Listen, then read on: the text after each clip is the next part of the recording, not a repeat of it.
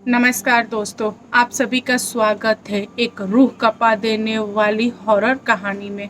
आज की जो कहानी है सचमुच में घटित कहानी है और आज मैं आप लोगों को बताऊंगी कि कैसे एक ब्रह्म भूत ने पूरा का पूरा खानदान को ही उजाड़ दिया। आज की कहानी सचमुच में रूह कपा देने वाली कहानी है।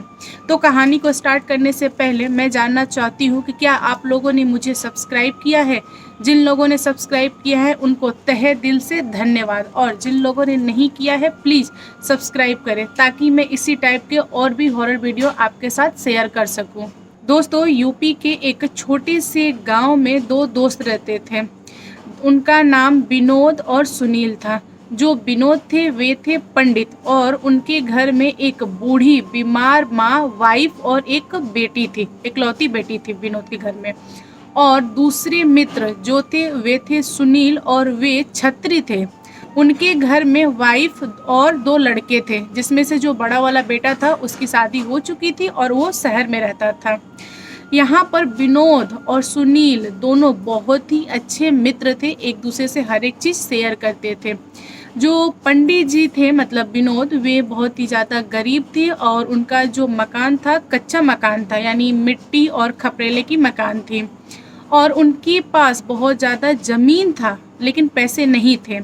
पंडित जी ने क्या किया था कि कुछ ज़मीन बेचकर एक चक्की मशीन घर में डाल लिया था बिजनेस के पर्पस से, ताकि गांव में जितने लोगों का अनाज होगा हम पीस के देंगे, मतलब धान होगा तो कूट के देंगे, गेहूं होगा तो उसको आटा बना के देंगे।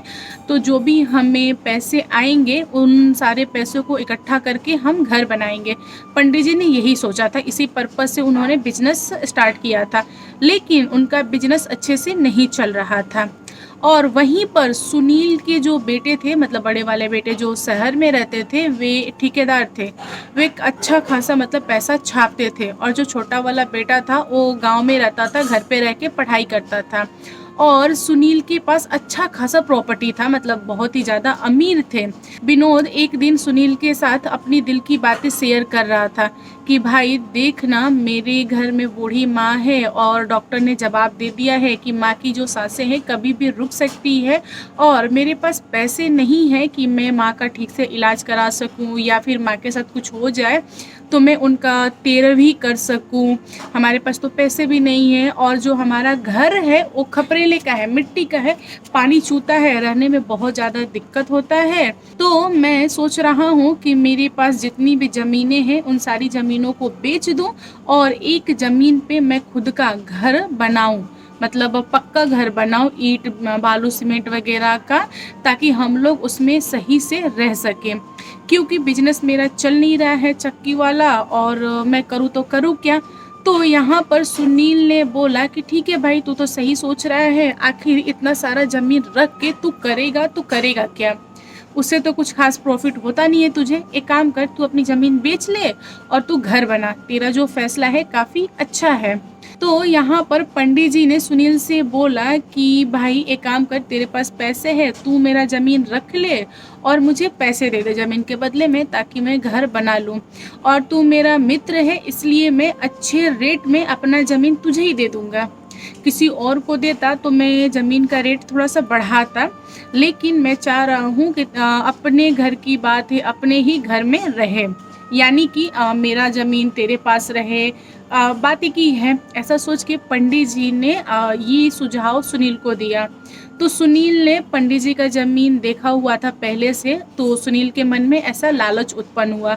उसने बोला कि हाँ, बात तो सही है, मेरे पास पैसे हैं और कुछ कम पड़ेगा तो मेरा बड़ा वाला बेटा भेज देगा। एक काम करता हूँ, मैं सारा का सारा ज़मीन विनोद से ले लेता हूँ।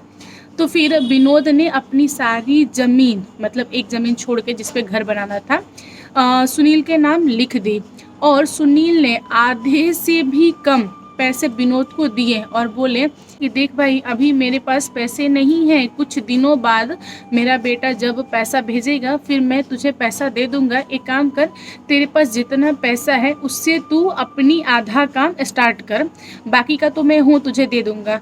लेकिन विनोद को मालूम नहीं था कि जो दोस्त है सुनील है वो बहुत ही ज़्यादा खतरनाक है और वो कभी भी पैसा रिटर्न नहीं करेगा। मतलब अपने दोस्त के साथ सुनील गद्दारी कर रहा था। यहाँ पर 1 महीना बीत गया और विनोद ने फिर सुनील को बोला कि भाई जो पैसे हैं तेरे पास, तू एक काम कर, दे दे मुझे, मेरा काम रुका हुआ है, मैं आगे काम बढ़ाऊँ। यहाँ पर सुनील ने बोला भाई तू 10 दिन रुक जा, 15 दिन रुक जा, मैं पैसे दे दूंगा। ऐसे करते करते 3-4 महीने बीत गए, लेकिन सुनील ने विनोद का पैसा रिटर्न नहीं किया। यहाँ पर विनोद थोड़ा सा गुस्साया और जाके सुनील को बोला भाई तुझे देना है कि नहीं देना है, तू बता, तेरे वजह से मेरा काम रुका हुआ है और जो कच्चा वाला मकान था उसको भी हम लोगों ने सोचा है कि मरम्मत करवा दे ताकि रहने के लिए हो जाए, क्योंकि इस बरसात में हम लोग कहाँ रहेंगे, कहाँ जाएंगे, हम गरीब लोग हैं। एक काम कर, तू पैसे का जुगाड़ कर और मुझे पैसा दे दे, बहुत ज़रूरत है भाई। लेकिन सुनील देने के लिए तैयार नहीं। सुनील ने एक तरकीब निकाली पैसे से बचने के लिए, मतलब पैसे ना देने पड़े और काम भी हो जाए। दोस्तों, सुनील ने विनोद को बहुत ही प्यार से समझाया और बोला कि दोस्त कल पक्का मैं तेरा पैसा रिटर्न कर दूंगा। एक काम करते हैं, अभी इवनिंग में हम लोग चलते हैं रामपुर। जो रामपुर है भजन छापर के पास में है, छोटा सा शहर है। तो विनोद ने पूछा क्यों क्यों जाना क्यों है, बता, कुछ काम है तुझे? तो सुनील ने बोला कि हाँ बहुत इम्पोर्टेंट काम है, तो चल मैं तुझे बताऊंगा। सुनील ने विनोद को बाइक पे बैठाया और रामपुर लेके आए। रामपुर लाने के बाद से सुनील ने विनोद को बहुत ज़्यादा ड्रिंक करा दिया, मतलब लिमिट से ज़्यादा ड्रिंक करा दिया और खुद थोड़ा पिया। और उसके बाद से सुनील ने विनोद को बोला कि भाई तू बहुत ज़्यादा पी लिया है, एक काम कर, तू बाइक पे बैठ, हम लोग घर चलते हैं। विनोद अपने होश में नहीं था क्योंकि उसने बहुत ज़्यादा ड्रिंक कर लिया था। फिर विनोद सुनील के कहे के हिसाब से बाइक पे बैठा और घर आने लगा। रास्ते में सुनील ने विनोद को बाइक से गिरा दिया और बाइक से गिराने के बाद से विनोद की ना बॉडी पे कुछ चोट वगैरह आया था। फिर सुनील बाइक लगाया, एक जगह उतरा और अपने हाथों से विनोद का गला दबा दिया और गला दबा कर मार डाला। उसके बाद से विनोद को अपनी बाइक पे बैठाया, गमछा से बांधा और बांध के लाकर अपने गांव के सरकारी स्कूल पर लेटा दिया और गांव में आकर हल्ला कर दिया कि विनोद का एक्सीडेंट हो गया है, मेरे ही बाइक से बैठ के आ रहा था, बहुत भयानक एक्सीडेंट हो गया है, उसको मैंने स्कूल पे लटाया हुआ है, आप लोग चलिए, गाड़ी लेकर चलिए, हॉस्पिटल लेके जाना पड़ेगा। तो गांव के लोग गाड़ी लेके पहुंचे तो उन लोगों ने देखा कि विनोद इस दुनिया में नहीं है। फिर गांव के लोगों ने मिलकर विनोद का अंतिम संस्कार किया, क्योंकि विनोद बहुत ज़्यादा गरीब था और जो सुनील था गांव वालों को दिखाने के लिए कि हाँ विनोद मेरा मित्र है, पूरा काम धंधा किया, मतलब लकड़ियों को काटना, चारपाई बनाना, अर्थी को ले जाना, जलाना, मतलब सब कुछ किया। दोस्तों, पूरे काम भर कभी भी कुछ भी नहीं हुआ। जब 13वीं का दिन आया, उस दिन गांव वालों ने महसूस किया कि जहां पर विनोद को जलाया गया था उस जगह पर आग निकल रहा है। लोगों को समझ में नहीं आया कि अरे बगीचा में अचानक से आग कैसे निकलने लगा, क्या समस्या है। लोग ना ऐसे बाल्टी में पानी भर के दौड़े और जाकर उस जगह पे पानी गिराए और उसके बाद फिर मिट्टी को उठाकर ऐसे ऐसे थाप दिए। थापना मीन्स जहाँ से आग निकल रहा था ना वहाँ पर मिट्टी का ढेर लगा दिए ताकि किसी भी तरह की जो आग थी ना वो मिट्टी से बुझ जाए। लोग आग बुझा के घर आ गए। फिर इवनिंग में अचानक से उसी जगह पर फिर आग पकड़ लिया। जो आग पकड़ा वह आग इतनी तेजी से फैला कि पूरा का पूरा बगीचा को जला डाला। जब पूरा का पूरा बगीचा में आग पकड़ लिया तो फिर बगीचा से सटे हुए खेत जिनमें अनाज लगे थे वे जलना स्टार्ट हो गए। अनाज से सटे हुए, मतलब होता ना कि घर रहते हैं, गांव में क्या होता है कि इधर खेत है, इधर बगीचा, इधर घर है, तो कुछ घरों में भी आग पकड़ लिया। पूरे गांव के लोग आग बुझाने के चक्कर में पड़े, लेकिन आग था कि बुझने का नाम नहीं ले रहा था। अब लोगों के पास कोई ऑप्शन नहीं था, लोग अपना जान बचाकर भागने के चक्कर में थे। गांव वालों के पास, मतलब जिनके पास बकरी, गाय, भैंस वगैरह थी, लोगों ने क्या किया कि उनके पगहे, मतलब जिससे बांध के रखा जाता है ना, काट दिया और गाय, बकरी, कुत्ते सबको आजाद कर दिया। फिर लोगों ने भागना स्टार्ट कर दिया। पूरा का पूरा गांव थोड़े ही देर में खाली हो गया और पूरा गांव जल के स्वाहा हो गया। पंडित जी का जो घर था ना, पंडित जी का खानदान मतलब 3-4 घर, वो नहीं जला, जबकि पंडित जी के घर में लकड़ी और मिट्टी से मिलके घर बना हुआ था। पंडित जी का भी घर जल सकता था, पूरे बीच में उनका घर था, मतलब पूरे गांव में उनके घर को छोड़ के पूरा का पूरा गांव जल गया। यहाँ पर लोगों को समझ में नहीं आया कि अरे ये कैसे हो गया, क्या हो गया। फिर पंडित जी की जो माँ थी, गरीब माँ, उन्होंने देखा कि पूरे गांव में आग लग गया और उनसे यह चीज बर्दाश्त नहीं हो पाया और वो भाग भी नहीं पाई खुद को बचाने के लिए।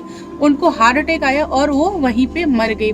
फिर गांव के लोगों ने पंडित जी की माँ को भी ले जाकर जलाया, पंडित जी के अर्थी के बगल में, मतलब जहाँ पे पंडित जी जलाए गए थे उनके जस्ट बगल में जलाया। दोस्तों, इस घटना के बाद से गांव के सारे बुजुर्ग लोगों ने ऐसे मंडली बैठाई और उसके बाद से उन लोगों ने बोला कि हमें किसी अच्छे तांत्रिक और पंडित को बुलाना चाहिए, क्योंकि ये जो घटना घटित हुई है बस ऐसे ही नहीं घटित हो गई है। हमारे गांव पे किसी न किसी का श्राप लगा है, ये गांव श्रापित हो गया है, हमें इसको दिखवाना चाहिए। हम लोग कहाँ जाएंगे, क्या करेंगे, किसी का भी घर नहीं बचा है। सारे गांव वालों ने टेंट बनाया और उसी टेंट के अंदर रहे।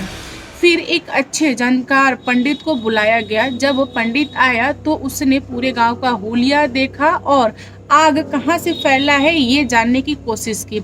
जब पंडित जी ने इन सारी चीज़ों को देखा, जाना, तब पंडित जी बैठे और उन्होंने बोला गांव वालों को कि देखिए, यह किसी नॉर्मल इंसान का काम नहीं है, किसी ने जानबूझकर नहीं किया है, यह एक ब्रह्म भूत का काम है, उसने यह सब कुछ जानबूझकर किया है। मैं जा रहा हूँ उस ब्रह्म भूत को इनवाइट करने, वो आएगा, सबके सामने आएगा और बताएगा कि उसने इस चीज को क्यों किया। फिर पंडित जी ने ब्रह्म भूत को बुलाया और ब्रह्म भूत जो था वो चुपचाप पंडित जी के पास आ गया और पंडित जी ने पूछा कि भाई तुम चाहते क्या हो, तुमने ऐसा क्यों किया, तुमको थोड़ा भी अंदाजा है कि तुमने क्या किया है, पूरा का पूरा गांव तुमने एक बार में चट कर दिया, ऐसा क्यों किया, पूरे गांव वालों ने तुम्हारा क्या बिगाड़ा था। फिर ब्रह्मभूत ने बताया कि मैं एक सीधा साधा सा पंडित था और पूरे गांव वालों ने और खुद के मेरे बेस्ट फ्रेंड ने मुझे ठगा और उन लोगों ने जानबूझ के मेरी ये हालत की, इसकी सजा पूरे गांव वालों को मिलनी थी। फिर पंडित जी ने बोला कि कैसे, बताओ तुम्हारे साथ क्या क्या हुआ, पूरा गांव जानना चाहता है। फिर ब्रह्मभूत ने बताया कि मैं विनोद हूँ और जब यह बात पूरे गांव वालों ने सुना तो सबका दिमाग हिल गया। लोगों ने सोचा कि अरे ये क्या, ये कैसे हो सकता है, ये तो मर गया था और इतना जल्दी कैसे आ गया। फिर ब्रह्मभूत ने बताया कि देखो, मैं किसी को मारना नहीं चाहता था, लेकिन इसमें सबकी गलती है। पंडित जी पूछे कैसे। जो मेरा बेस्ट फ्रेंड सुनील है उसने मेरी प्रॉपर्टी ली तो ली, लेकिन पैसा नहीं दिया। चलो ठीक है, पैसा नहीं दिया कोई बात नहीं, वो एक बार मुझे बोल देता कि भाई मेरे पास पैसे नहीं हो पा रहे हैं, मैं नहीं दे पाऊंगा, मुझे माफ कर दे, तो मैं उससे दोबारा पैसा नहीं मांगता अपनी जमीन का। लेकिन मेरे दोस्त ने ना ही मुझे पैसा दिया और ना ही मेरे घर वालों को देखा मेरे मर जाने के बाद से, और जो मेरा बेस्ट फ्रेंड है उसने जानबूझकर मुझे मारा है। तो पंडित जी बोले कि ये जो गलती है आपके दोस्त ने किया तो आप उसको परेशान करते, आपने पूरे गांव वालों को क्यों परेशान किया, ये तो गलत बात है ना। तब ब्रह्मभूत बहुत तेज का हंसा और उसने बोला, पूरे गांव वाले, मेरे गांव वाले मेरे चक्की पे आते थे चावल कुटवाने के लिए, गेहूं पिसवाने के लिए, ये सारे लोग क्या करते थे कि उधारी लगा देते थे और ये मुझे पैसा नहीं देते थे। हमारी गरीबी में कैसो कैसो कटती थी और जब मैं पैसा मांगने जाता था तो ये लोग बहाना कर देते थे और हमेशा मेरे साथ इन लोगों ने 3-5 किया है, तो मैं अपना सारा हिसाब किताब आज चुकता किया हूँ इन लोगों के घर जला के। तो यहाँ पर पंडित जी के पास कोई शब्द नहीं थे, पंडित जी चुप हो गए, क्योंकि पंडित जी को भी पता था कि जो ब्रह्म भूत है वो झूठ नहीं बोल रहा है, वो सही बोल रहा है। फिर पंडित जी ने पूरे गांव वालों को बताया कि देखो, आप लोगों ने गलती किया इसलिए इसने आप लोगों को सजा दिया है, और रहा सवाल विनोद का, तो वो मर जाने के बाद से ब्रह्म भूत बन गया है। फिर पंडित जी ने बताया कि अगर पंडित है उसको लोग मार देते हैं, अगर वो अपने आयु पे मरे तो कोई बात नहीं, अगर बीच में मर जाए तो वह ब्रह्मभूत बनता है। और ब्रह्मभूत बहुत ही ज़्यादा खतरनाक होते हैं। ब्रह्मभूत और ब्रह्म राक्षस इन दोनों में बहुत का अंतर है, मैं नेक्स्ट वीडियो में क्लियर कर दूंगी। तो अभी हम लोग बात कर रहे हैं ब्रह्मभूत का। तो पंडित जी ने पूरे गांव वालों को समझा दिया कि विनोद ब्रह्मभूत है और वो बहुत ही ज़्यादा ताकतवर है, वो जो चाहेगा वो कर सकता है। तो पूरे गांव वालों ने विनोद के सामने हाथ जोड़ा और बोला कि प्लीज़ हमें माफ़ कर दीजिए, जो आपका चुकता है हम सारे लोग आपके घर वालों को दे देंगे, चुका देंगे, आप हमें माफ़ कर दीजिए। और पंडित जी ने भी ब्रह्म भूत को मनाया, समझाया कि देखो पूरे गांव वालों को तुम माफ़ कर दो। तो जो ब्रह्म भूत था उसने बोला कि ठीक है, मैं पूरे गांव वालों को माफ़ करता हूँ, आज के बाद से इन्हें कभी भी किसी भी तरह का परेशानी नहीं होगा, मैं कभी कुछ नहीं करूँगा, लेकिन मैं अपने मित्र को माफ़ नहीं करूँगा। यह बोल के जो ब्रह्मभूत था वो वहाँ से गायब हो गया। फिर सुनील पंडित जी के चरणों में गिर गया और बोला कि पंडित जी प्लीज़ मुझे बचा लीजिए, मेरा मित्र पूरे गांव वालों के सामने बोल के गया है कि मुझे बर्बाद कर देगा, मेरा पूरा का पूरा खानदान उजाड़ देगा, आप ही इकलौते इंसान हैं जो हमें बचा सकते हैं। फिर पंडित जी ने बोला कि ये संभव नहीं है, जो ब्रह्म भूत होते हैं वे अपने मर्जी से आते हैं, अपने मर्जी से जाते हैं, मैं चाहकर भी उसे बुला नहीं सकता। मैंने एक बार ध्यान रखा और मैंने नॉर्मली उनको पुकारा तो वे चले आए, इसके आगे आप समझो और आपका काम समझे। जो पंडित जी थे वे जानकार थे, बट इतने भी ज़्यादा जानकार नहीं थे कि वे एक ब्रह्म भूत को हैंडल कर पाए। यहाँ पर सुनील के पास कोई ऑप्शन नहीं था, सुनील पड़ गया अकेले और सुनील डर डर के रहने लगा। इधर पंडित जी की जो वाइफ थी और एक बेटी थी, जो पंडित जी की वाइफ थी वे क्या की, अपने देवर के यहाँ चली गई अपनी बेटी को लेकर रहने के लिए। जो पंडित जी के भाई थे वे शहर में रहते थे। तो क्योंकि पंडित जी के फैमिली में सिर्फ 2 ही लोग थे, तो जो देवर थे उन्होंने अपनी भाभी माँ को बोला कि आप अपनी पूरी ज़िंदगी हमारे यहाँ काटो। पंडित जी के भाई अच्छे थे और जो बिटिया का शादी वगैरह का है वो मैं कर दूंगा। यहाँ पर पंडित जी के घर में कोई था नहीं और जो पंडित जी का घर था मिट्टी वाला, वैसे कि वैसे ही रहा। कुछ दिन बीत जाने के बाद से जो सुनील के छोटे वाले बेटे थे जो गांव में रह के पढ़ाई करते थे, वह लड़का अचानक से एक दिन खुद को कमरे में बंद कर लिया और खुद को उसने गन से शूट कर लिया। यहाँ पर सुनील बहुत ही ज़्यादा रोने लगा और लगा चिल्लाने और चिल्ला के बोलने कि विनोद मुझे माफ़ कर दे, मुझसे गलती हुआ है, ऐसे सज़ा मत दे, तूने मेरे जवान बेटे को मार डाला, ये बहुत गलत है, माफ़ कर दे। और सुनील की जो वाइफ थी वो भी बहुत ज़्यादा रो रही थी, बोल रही थी, लेकिन कोई फ़ायदा नहीं। फिर सुनील की वाइफ की भी बहुत ही ज़्यादा तबीयत खराब हो गई। सुनील की जो वाइफ थी घर पे रह के बहुत ज़्यादा चिल्लाती थी, मुझे यहाँ दर्द हो रहा है, वहाँ दर्द हो रहा है, कोई मुझे मार रहा है, कोई मुझे पीट रहा है, बहुत ही ज़्यादा निशान पड़ते थे। तो सुनील अपनी वाइफ को लेके जाता था हॉस्पिटल और हॉस्पिटल जाकर डॉक्टर को दिखाता था। तो जो डॉक्टर थे वे बोलते थे कि नहीं, कुछ तो नहीं हुआ है, आपकी वाइफ नॉर्मल है, सब कुछ सही है, आप इनको हॉस्पिटल क्यों ला रहे हो, घर लेके जाओ। और जैसे ही सुनील अपनी वाइफ को घर लाता था फिर सुनील के वाइफ के साथ वही घटना घटती थी। सुनील की जो वाइफ थी उनको यह सब कुछ बर्दाश्त होके नहीं हो पाया, फिर सुनील की वाइफ ने खुद को लटका लिया। यहाँ पर बच गया सुनील और सुनील का बड़ा बेटा। जो बड़ा बेटा था वो शहर में रहता था। सुनील के बड़े बेटे के साथ कभी भी कुछ भी नहीं हुआ क्योंकि वह इन सारी चीज़ों में इन्वॉल्व नहीं था, वो हमेशा से ही बाहर रहता था और दिल का काफ़ी अच्छा था। यहाँ पर बच गया सुनील और जो सुनील था वो पागलों की तरह हरकतें करने लगा। सुनील को ऐसा लगता था कि विनोद आ रहे हैं उसको मारने के लिए। सुनील पूरे गांव में ऐसे घूमता रहता था, चिल्लाता रहता था कि मुझे बचा लो, मुझे विनोद मार देगा, ये कर देगा, वो कर देगा। सुनील को ऐसा लगता था ना कि आग आ रहा है उसके पास, ऐसे ऐसे राउंड होकर। सुनील बहुत ज़्यादा घबरा गया था और सुनील कभी नाली में गिर जाता था, कभी खेत में पड़ा रहता था, उसको बिल्कुल भी होश नहीं था इन सारी चीज़ों का। दोस्तों एक दिन की बात है, सुनील ऐसे पागलों की तरह हरकत करते करते उस स्थान पे पहुंच गया जहां पर पंडित जी को जलाया गया था। वहां पर जाने के बाद से सुनील हंसने लगा और जैसे जैसे सुनील ने हंसना स्टार्ट किया, सुनील के पैरों के नीचे से आग निकलने लगी और जितने लोग भी बगीचे में थे, खेत में काम कर रहे थे, क्योंकि खेत बगीचा से सटा हुआ था, सारे लोगों ने देखा कि अपने आप आग लग गई और सुनील उस आग में भस्म हो गया। और लोगों ने माना कि जो ब्रह्मभूत था फाइनली उसने बदला ले लिया। उस दिन के बाद से कभी भी ब्रह्मभूत दोबारा उत्पन्न नहीं हुआ। उसके बाद से गांव वाले भी शांति से रहने लगे, लेकिन यह दर्दनाक घटना कभी भी कोई भी नहीं भूल पाया। तो दोस्तों, आज की कहानी कैसी लगी कमेंट करके बताइएगा। कहानी पसंद आए तो लाइक एंड शेयर कीजिएगा और मेरे चैनल पे न्यू आए हो तो चैनल को सब्सक्राइब करना। Thank you, bye bye, सारंगे।